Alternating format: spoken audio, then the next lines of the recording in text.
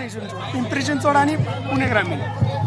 पुणे ग्रामीणला मी नाही भेटले मला इतक्या वेळा. आमचे बाकीचे जास्त हे नेहमी भेटते.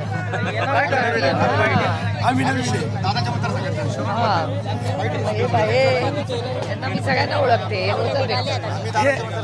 आम्ही पुण्यात कमी असतो ना त्यामुळे आम्ही त्या बाजूचे इकडचे. आज शेतकरी आक्रोश मोर्चाचा तिसरा दिवस आहे. अत्यंत महत्त्वाचा टप्पा आहे. कसं बघता या संपूर्ण दौऱ्याकडे आजचा दिवस देखील कसा महत्त्वाचा असेल? हा दिवस महत्त्वाचा असा नाही, अमोलदादा मला वेदना देणारा आहे. हा जो आक्रोश मोर्चा काढण्याची वेळ आमच्यावर आली आहे. कारण का आम्ही प्रचंड अस्वस्थ गेले अनेक महिने आहोत. 6 महिन्यापूर्वी मी स्वतः पियुष गोयलांना ट्विट केलं होतं आणि सांगितलं होतं की पुढचा हा कांद्याचा प्रवास अडचणीचा असणार आहे, तुम्ही धोरण व्यवस्थितपणे आखा. त्यावेळीच माझ्यावर प्रचंड टीका भारतीय जनता पक्ष म्हणजे भ्रष्ट जुमला पार्टी आणि पियुष गोयलांनी केली होती. मी त्यानंतर त्यांची भेटी घेऊन त्यांना पूर्ण काय धोरण करायला पाहिजे अशी विनंतीही केली होती. पण तेव्हा त्यांनी अतिशय सांगितलं की हे माझं जे बोलणं होतं ते चुकीचं होतं. आणि आज तुम्ही बघताय की 6 महिन्यापूर्वी जी गोष्ट मी कांद्याच्या बद्दल बोलले होते ती आज परिस्थिती तुमच्या सगळ्यांच्याच डोळ्यासमोर आहे. आजच इथे यायच्या आधी तुमच्याच चॅनलवर मी पाहिलं की महाराष्ट्राच्या एका जिल्ह्यात 1 रुपयाला कांदा आहे, 1 रुपयाला. आणि त्या शेतकऱ्यांनी ठरवलंय की कांदा तिथेच जाळून संपून टाकायचं. हे तुमच्याच चॅनलवर आलेली बातमी आहे. त्याच्यामुळे आजचा महाराष्ट्राचा काळ्या मातीची इमान राखणारा जो कष्ट करणारा शेतकरी आहे, तुमचा माझा अन्नदाता आहे, त्याचं कंबरडं मोडण्याचं पाप हे ट्रिपल इंजिनचा महाराष्ट्राचं खोके सरकार करतंय आणि केंद्र सरकार करतंय. दुसऱ्या बाजूला कांद्याचा फटका जो आहे तो फक्त शेतकऱ्याला न बसला असून एक्सपोर्टवर देखील बसतोय. पॅकेजिंग असेल, ट्रान्सपोर्टिंग असेल, याच्यावर देखील त्याचा फटका बसतोय. म्हणजे नॉट ओन्ली फक्त शेतकरी तर बाकीचे जे व्यवसाय करणार आहेत त्यांच्यावर देखील मोठा फटका. किती मोठे. तुम्ही जर JNPTला गेला तर तिथे किती कांदा पडलाय, कुजलाय याचा हिशोब त्या केंद्र सरकारने बघावा. हे अतिशय स्वार्थी असं हे केंद्राचं सरकार आहे आणि ते पूर्णपणे शेतकऱ्याच्या विरोधात आहे. देशातील 100 कर्तृत्ववान महिलांमध्ये तुमचा सहभाग झालेला आहे आणि दुसऱ्या बाजूला अगदी अपोजिट बघायला गेलं तर पार्लमेंटमधून तुमचं निलंबन होतं. हे कसं याकडे बघतं? भारतीय जनता पक्ष हा महिला विरोधी आहे, त्याच्यामुळे मला काय आश्चर्य वाटत नाही. आणि अशा जेव्हा बातम्या येतात तेव्हा खरं तर आपल्यावरची जबाबदारी वाढते याची मी जाणीव ठेवते. लोकसभा विधानसभा निवडणुका एकत्र होणार नसल्याचं एकंदरीत पाहायला मिळत आहे. त्यानंतर जे मुंबईची महानगरपालिकेची निवडणूक आहे तीही पुढे ढकलली जाते. कसं पाहताय भाजप सरकार हे एकंदरीत सर्व निवडणुका पुढे ढकलतं? हे सरकार नाही आहे, दडपशाही आहे. दिल्लीत सगळं ठरवतं महाराष्ट्रात काय होणार. त्याच्यामुळे एक तर मला अपेक्षितच नव्हतं हे इलेक्शन घेतील. आमचे सगळेच नगरसेवक म्हणतात ताई तुमचं इलेक्शन नंतर विधानसभा आणि 2025 वेळ मिळाला तर आमचं. अशी परिस्थिती झाली आहे. पण ही बातमी नसून भरडला कोण जात आहे? सर्वसामान्य बायबाप महाराष्ट्राची जनता ह्याच्यात भरडली जाते. याचं कारण असं की आता नगरसेवक हा तुमच्या रोजच्या सुखदुःखात असतो. म्हणजे गटर असेल, पाणी, गटर, मीटर, वॉटर या सगळ्यामध्ये तुमच्या सुखदुःखात रोजच्या गरजांमध्ये, घरात कोणी आजारी पडलं, कुणाचं निधन झालं, कोणी जन्माला, काही असलं तरी नगरसेवक तो तुमच्या हक्काचा माणूस असतो. तो गेले 2-2.5 वर्ष त्याला जबाबदारीच नाही आहे, इलेक्शनच झालेलं नाही. आणि सर्वसामान्य माणूस रोज कॉर्पोरेशनमध्ये जाऊ शकतो का? त्याला आत तरी जाऊ देतील का? भेटणं तर विसरा. आणि एक म्युन्सिपल कमिशनर एवढ्या नगरसेवकांचं काम करू शकतो का? तर नाही करू शकत. तो काही सुपरमॅन नाही आहे. आणि त्याच्यामुळे ही यंत्रणा ही दडपशाही आहे. यांना लोकशाहीच नकोय, यांना इलेक्शनच नकोय असं यांच्या सगळ्या कृतीतून दिसतं. लोकसभेच्या जागेवरनं काही सीट शेअरिंग संदर्भात काही चर्चा झाली आहे का? आमची म्हणाले होते की येत्या आठवड्यात याची चर्चा होईल, त्यामुळे काही आखणी आपण करतोय. दिल्लीमध्ये ऑलरेडी याची सविस्तर चर्चा सोनियाजी, उद्धवजी आणि आदरणीय पवारसाहेब आणि सगळ्याच पक्षाच्या वरिष्ठ नेत्यांची 2-3 राऊंड्स ऑलरेडी इंडियाच्या मीटिंगच्या वेळीच ही झालेल्या आहेत. आणि पुढच्या 8-10 दिवसामध्ये पूर्णपणे याची सगळी माहिती तुमच्यापर्यंत पोहोचेल. जर झाले तर ते भाजपच्या तिकिटावरती लढण्याची शक्यता एकंदरीत वर्तवली जाते. शिवसेनेचे आमदार अपात्र होण्याची शक्यता वर्तवली. आजकाल हे कोणी ठरवत नाही हो, हे आईस ठरवतं. आईस म्हणजे इन्कम टॅक्स, CBI आणि ED. आता हे आईसवाले आहेत ना, तेच ठरवतात कोण कुठल्या चिन्हावर लढणार. कारण का लोकशाही राहिलीच नाही अशीच परिस्थिती आहे. थोडेच लोक जे लढवय आहेत अमोलदादांसारखे ते लढायला तयार आहेत, कारण का त्यांचं संविधानावर प्रेम आहे, भारतरत्न डॉक्टर बाबासाहेब आंबेडकरांवर विश्वास आहे आणि त्या संविधानाच्या चौकटीत अमोलदादांसारखे लोक आज काम करतात, ज्याचा आम्हाला सार्थ अभिमान आहे. खरं तर आदरणीय शरद पवारांची काल भेट घेतली, त्याच्यामागचं काय असेल? कोणी आदरणीय पवारांची भेट घेतली? ते नाही मला माहिती. काल पवारसाहेब खूप लोकांना भेटले. एक जरांगेंची खरं तर रॅली निघती आहे, म्हणजे जरांगे मुंबईकडे रवाना होतात. हे एकंदरीत हा आक्रोश त्यांचा पुढे येतो की काय एकंदरीत सांगतात? आता बघूया, 20 जानेवारीपर्यंत वेळ दिलेली आहे जरांगे पाटलांनी सरकारला. बघूया काय होतं, अजून 20 दिवस आहेत. ताई, एका बाजूला दादांनी शिरूर लोकसभा मतदारसंघातून माझा उमेदवारच निवडून येणार अशी ग्वाही दिल्यानंतर आज हा मोर्चा जो आहे तो बारामतीमधून काठेवाडीत देखील जातो आहे. तुम्हाला असं देखील वाटतंय का की बारामतीतील शेतकऱ्यांचे प्रश्न जे आहेत ते सोडवलेले गेलेले दिसत नाहीयेत आणि पुन्हा एकदा या मोर्चेतून काय आव्हान असेल? हे माझं मत नाही आहे, हे तुमची चॅनल्स पण बघा, हे सर्वसामान्य मायबाप जनतेचं मत आहे. अमोलदादा आणि मी आम्ही सेवा करायला इथे आलोय. आम्ही दोघं लोकप्रतिनिधी म्हणजे काय, लोकांचे प्रतिनिधी आहोत. आम्ही लोकांचे सेवक म्हणून, लोकांचा आवाज म्हणून आम्ही दिल्लीत बोलतो. आम्ही काही काल्पनिक गोष्टी बोलत नाही पार्लमेंटमध्ये. काल्पनिक गोष्टी आमचे सत्तेतले लोक बोलतात, आम्ही दोघं सत्य बोलतो. आणि आमचं काम काय, सर्वसामान्य मायबाप जनतेचे प्रश्न हे लोकसभेत जाऊन सत्य बोलणं, ह्याच्यासाठी आम्हाला लोकांनी निवडून दिलंय. त्याच्यामुळे कुठलं गाव वाडी वस्ती असं नाही, लोकांच्या मध्ये जी अस्वस्थता आहे, लोकांचं जे दुःख आहे ते आम्ही मांडतोय. खासदाराचं काम आहे पॉलिसी मेकिंग करणं, पण तुम्हाला रस्त्यावरची लढाई लढावी लागते. आता करणार काय आम्ही?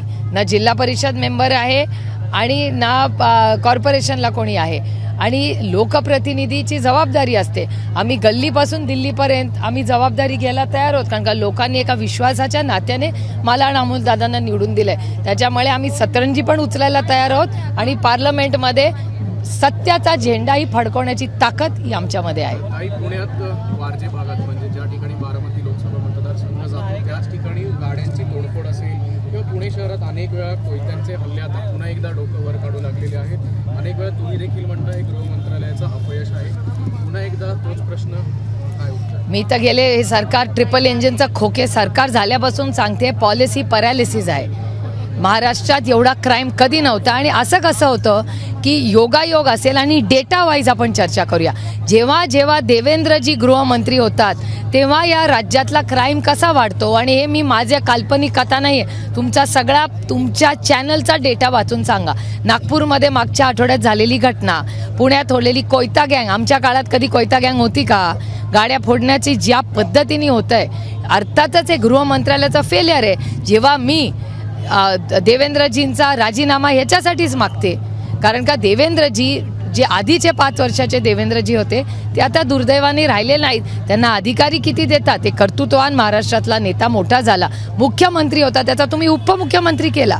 किती अपमान करणार देवेंद्रजींचा? त्याच्यानंतर त्यांना DCM केलं, म्हणजे आधी मुख्यमंत्री नंतर उपमुख्यमंत्री, त्यातून हाफ उपमुख्यमंत्री. हा अन्याय नाही.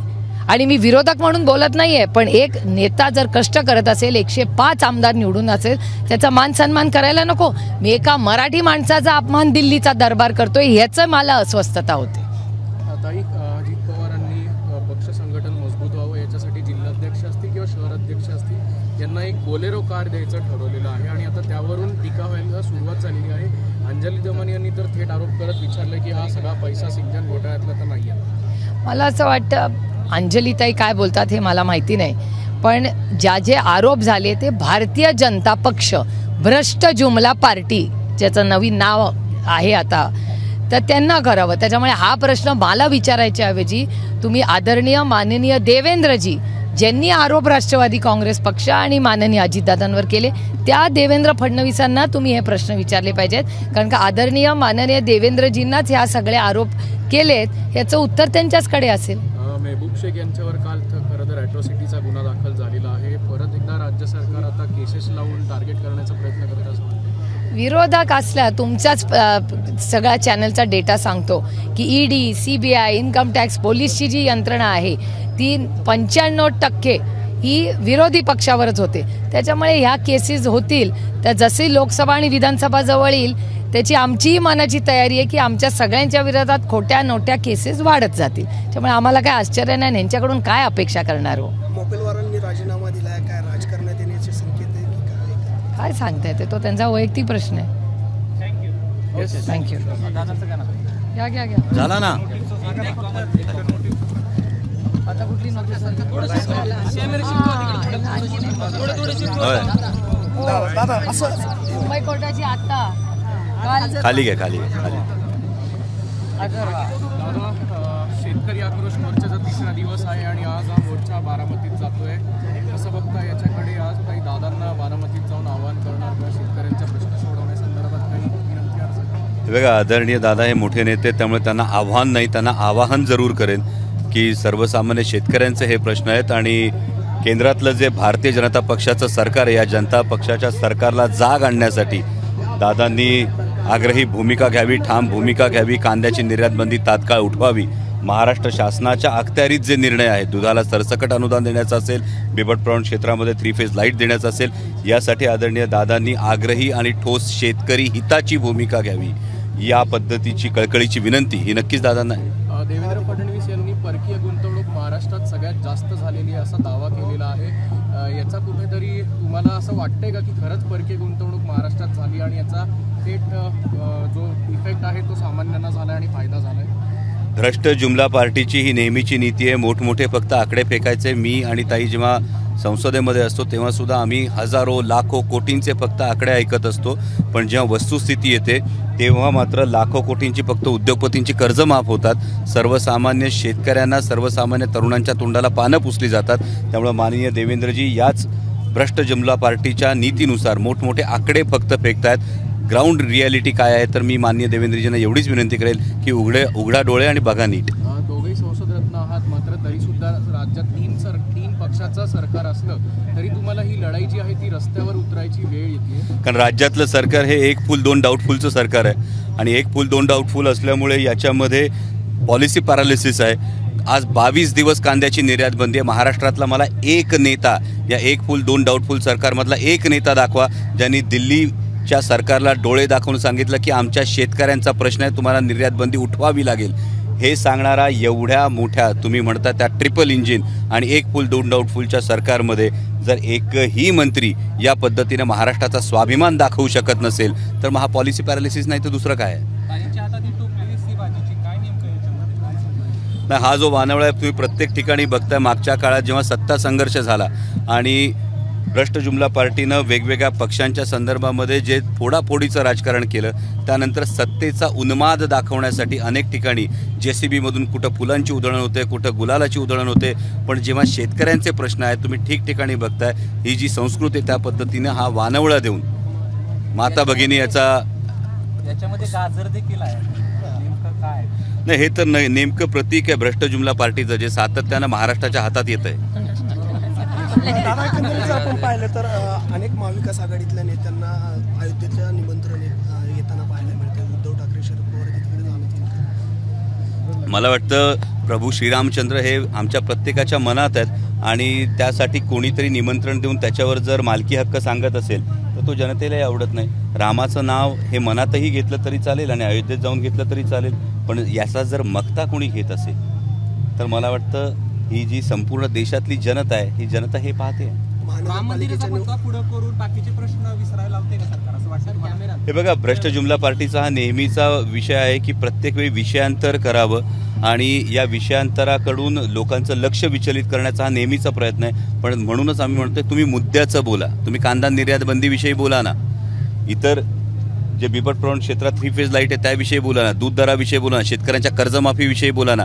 याविषयी जर तुम्हाला बोलायचं नसेल तर या देशातली जनता, महाराष्ट्रातली जनता तुम्हाला नाकारल्याशिवाय राहणार नाही. निवडणुका पुढे ढकलण्याची शक्यता वर्तवली जाते. महानगरपालिकेच्या असतील, जिल्हा परिषदेच्या निवडणुकाही होत नाही. पुढे ढकलायच्या म्हणजे अजून किती ढकलायच्या? जवळपास 4 ते 5 वर्ष या निवडणुका पुढे ढकलत आहेत. आणि मागे जेव्हा पालकमंत्री पदाचा तिढा निर्माण झाला त्यानंतर एका ज्येष्ठ समाजकारणात सक्रिय असलेल्या व्यक्तीने ही भावना व्यक्त केली की या निवडणुकाच होत नाही, त्यामुळे एकूणच स्थानिक स्वराज्य संस्थांवरच एक गदा आलेली आहे आणि त्यामुळे जे पालकमंत्री आहेत ते मालकमंत्री झालेले आहेत. जशी शेतकरी आक्रोश यात्रा चालू आहे तशी काही दिवसांमध्ये जरांगे पाटलांची मराठा आक्रोश यात्रा निघणार आहे. काय एकंदरीत नाही, ही आता अजून 20 दिवस आहेत आणि त्यानंतर काय भूमिका सरकार घेतं, सरकारने प्रत्येक वेळी आश्वासन दिलं, काय भूमिका घेतं ते पाहणं महत्त्वाचं आहे. आक्रोश मोर्चाच्या पहिल्याच दिवसांपासून भाजपकडनं सातत्याने टीका होतीये. बावनकुळेंनी यात्रेवर टीका केली, मोर्चेवर टीका केली आणि आता अनिल पाटील हे तुमच्या अभिनयावर येत आहेत.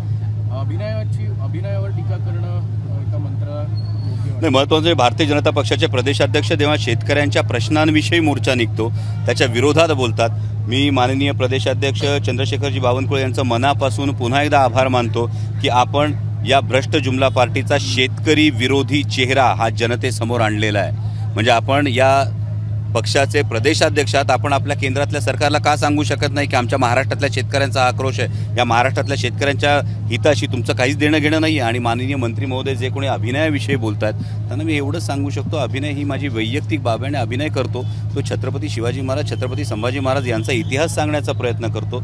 ज्या छत्रपतींनी या महाराष्ट्राच्या मातीत निष्ठा काय असते ही गोष्ट सांगितली, त्यांचं इतिहास सांगण्याचा प्रयत्न करतो. माननीय मंत्री महोदयांनी हेच तत्व आपण पाळतो आहोत का याचं जर अंतर्मुख होऊन विचार केला तर जास्त चांगलं राहील. एबीपी माझा, उघडा डोळे बघा नीट.